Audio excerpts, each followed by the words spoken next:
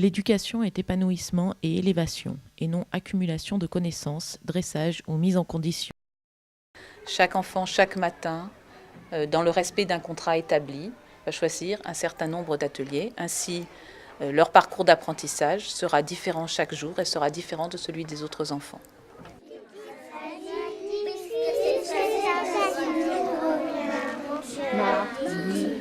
Mardi matin, mon frère, sa femme et ses princes sont venus chez moi pour me serrer la pince. Quand c'est parti, le petit prince a dit, puisque c'est ainsi, nous reviendrons mercredi. C'est un lieu de vie dans lequel chaque jour les enfants viennent pour travailler, coopérer et construire leurs apprentissages de façon individuelle et autonome. Ils apprennent aussi à exercer des responsabilités afin de devenir des enfants citoyens. C'est aussi un lieu dans lequel les enfants ont des droits, le droit de s'exprimer, le droit de circuler librement. Les entretiens dans la classe, c'est un moment qui a lieu tous les jours à l'accueil entre 9h et 9h30. C'est un moment très ritualisé où les enfants sont assis en rond afin de pouvoir se regarder les uns les autres et s'écouter. Alors pourquoi en pédagogie freinée on fait des entretiens depuis les tout petits qui ont 3 ans jusqu'au CM2, c'est-à-dire les enfants de 10 ans? Parce que c'est un moment de parole libre. Tous les enfants peuvent dire ce qu'ils veulent, ils savent qu'ils vont être écoutés, que leur parole va être respectée. Ça sert à créer un climat de confiance dans la classe. C'est une classe où, à partir de ces moments d'entretien, les enfants peuvent s'exprimer. La copine de ma sœur, Julia, Jade, elle a un problème d'oreille, elle est sourde d'une l'oreille droite. Ils ont confiance. C'est aussi constitutif du groupe classe, c'est-à-dire que comme ils apprennent à s'écouter les uns les autres, ils apprennent à se connaître, ils apprennent à travailler ensemble. Que Mona, elle mange chez moi. Qui mange chez toi? Mona.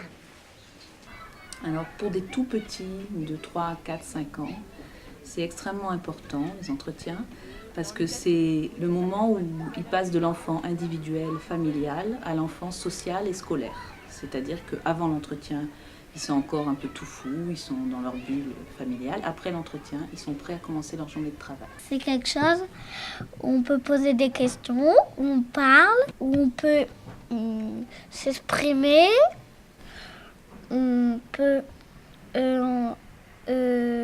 écouter, on peut parler, c'est parler pour parler, pas pour parler à tout le monde, parler à tout le monde. À l'entretien, on dit ce qu'on veut. Après, elle m'a dit de mettre ma veste, je suis y aller. Et après, je suis retournée aller regarder la télé. Et après, on est allé à l'école. Oui, j'aime bien l'entretien parce que j'aime bien quand les autres parlent et j'aime bien les écouter. Voilà. On lève le doigt et... Le quoi? L'autre, il lève le doigt et après, on parle. C'est important pour les autres, pour parler, c'est important. Parce qu'on peut parler, c'est ça qui est important. C'est de s'exprimer, c'est ça aussi qui est important. La peinture, c'est un atelier d'expression libre, c'est-à-dire qu'on ne leur donne jamais de thème.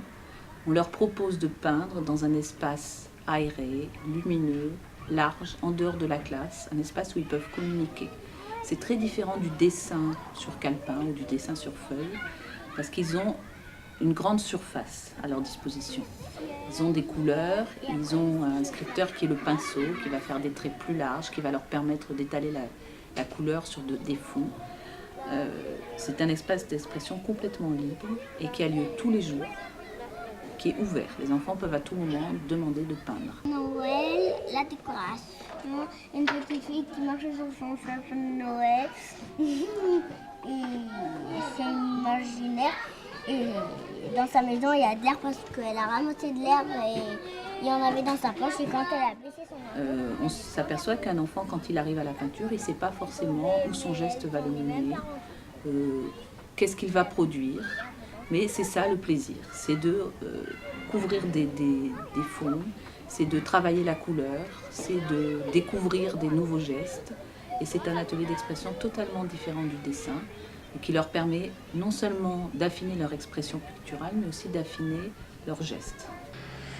Moi, j'aime bien, on peut peindre, ça sert à dessiner, à peindre.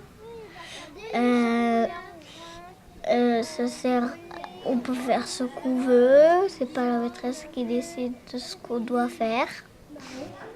Non.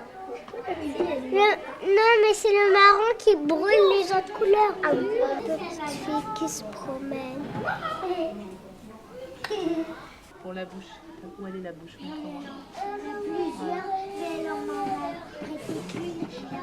C'est bon. Qu'est-ce que c'est, Mona? Deuxième et après J'écris ton prénom et la date.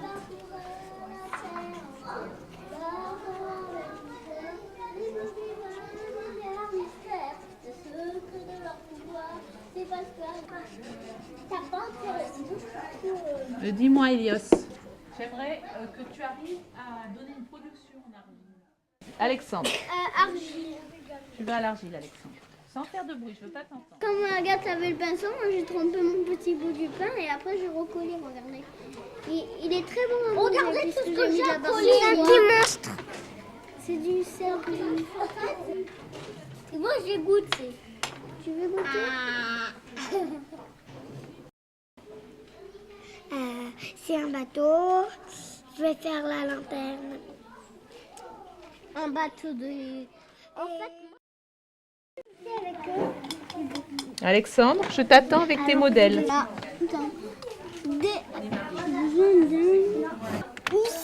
le ish, kali, le li, Sébastien, tu dois le savoir quand on arrive à les remonter les lettres. La vis vers la fenêtre comme ça, et puis tu commences à l'envers. De droite à gauche et après ça quand tu mais d'abord c'est tu fais des essais, après si tu as réussi tu poses là, tu mets des petits doigts, après des petits bois, après tu poses tes lignes, tu en poses une là, une là, une là. Alors, Elios, Et puis après tu serres là. Et après tu tapes bien fort. D'abord tu mets une feuille comme ça, sur ça, et après tu appuies très fort. Et après tu tapes comme ça et tu appuies fort.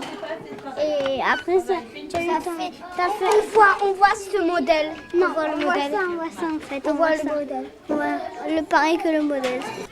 Alors Freinet, dès le début des années 30, avait mis en place l'imprimerie parce que ça permettait de reproduire en de nombreux exemplaires, comme Gutenberg l'avait décidé dans son invention, des textes qu'il pouvait envoyer ainsi à tous ses correspondants. À l'époque, il n'y avait pas la photocopieuse. Pourquoi nous, dans les classes Freinet, en maternelle, on a gardé l'imprimerie alors que les enfants ne savent ni lire ni écrire?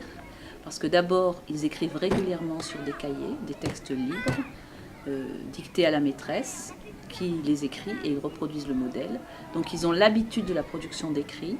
L'imprimerie, ça a une dimension supplémentaire, c'est que ça permet aux enfants de toucher les mots et de se rendre compte que les mots sont constitués de lettres et qu'il y a des espaces entre les mots. C'est un atelier très difficile, très technique, qui les oblige à enchaîner les opérations les unes après les autres sans se tromper et avec beaucoup de rigueur. Et ça nous permet aussi, nous dans les classes, de faire des journaux de classe qui sont diffusés auprès des familles, mais aussi auprès des autres classes de l'école primaire et de l'école maternelle.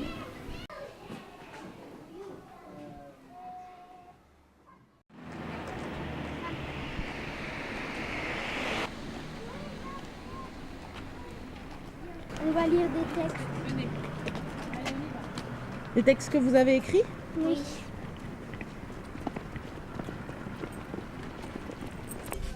Emma, tu peux nous dire ce que tu vas lire?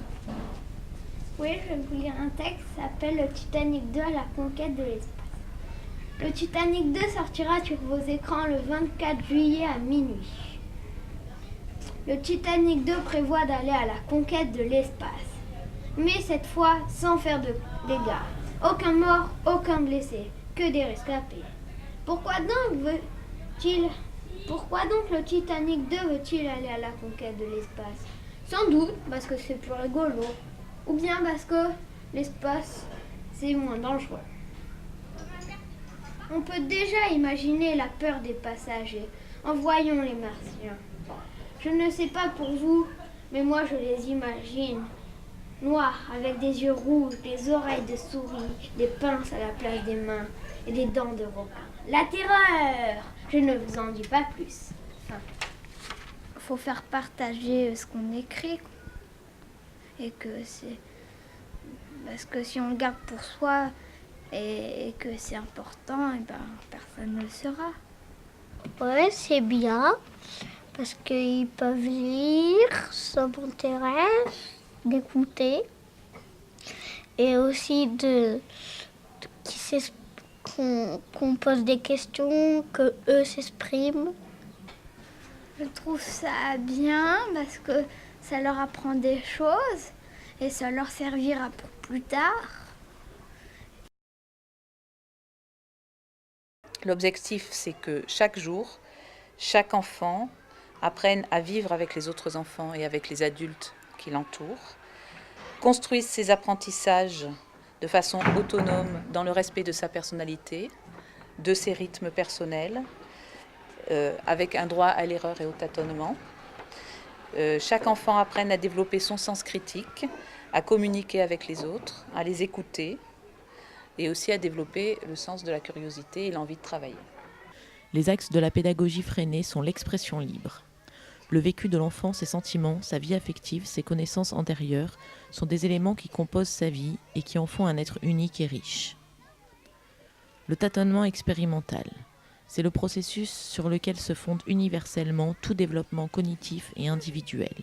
L'expérience tâtonnée est naturelle à tout être humain programmé pour grandir, agir, expérimenter. La vie coopérative. Les décisions concernant la vie de la classe, l'organisation matérielle, le travail seront prises en commun dans le groupe.